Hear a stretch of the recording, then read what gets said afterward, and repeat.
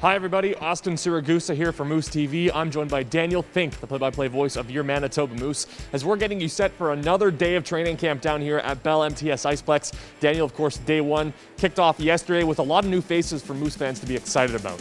Well, yeah, a smaller group on the ice yesterday as more players start to work through their quarantine periods, but a couple of new tryouts to let folks know about. Invited to camp a local product, and Brett Davis spent his time in junior with the WHL, playing for the Kootenay Ice, of course, then the Kootenay Ice, the Red Deer Rebels, and Lethbridge Hurricanes last season. Between the Rebels and Hurricanes, racked up 49 points.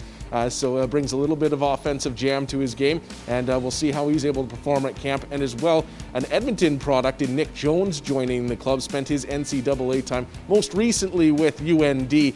But last season was in the AHL, actually was able to put up 19 points in his rookie season with the Hartford Wolfpack. So a little bit of experience there under his belt already. Of course, one of the new faces Manitoba Moose fans will be excited to see in Antlers is Winnipeg Jets first-round pick Cole Perfetti. Well, yeah, definitely one of the higher-profile players in camp with the Moose right now. It's not often that you see a pick like a 10th overall starting out with the AHL team, especially when they're a CHL player. Usually, they've got to go back to their CHL teams because of COVID-19. There's an opportunity here for Cole Perfetti to start out his time with the Manitoba Moose rather than making it at, say, in April or in the playoffs, something like that. So the Moose get to see how he looks through a camp and starting out the season, but it is a big adjustment, so folks might have to be a little patient to see how things work out for Cole Perfetti at the professional level. And it's been a bit of a smaller group so far here at training camp, but that is expected to change in the coming days. Yeah, as we mentioned there, the travel protocols and quarantine periods are a big part of this season, and